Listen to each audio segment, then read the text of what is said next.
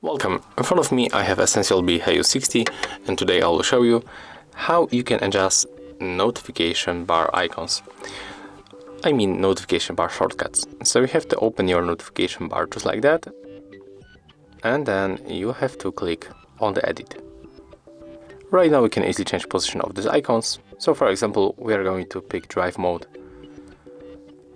right here. So click, hold, and then drag the drive mode. For example, in this place. If you want to remove icons, for example the screenshot or hotspot, click, hold, and then drag it here. After that, to confirm, you have to tap on this marker in the right upper corner. And as you can see, that's how we can make it. If you find this tutorial useful, remember to leave a like, comment, and subscribe to our channel.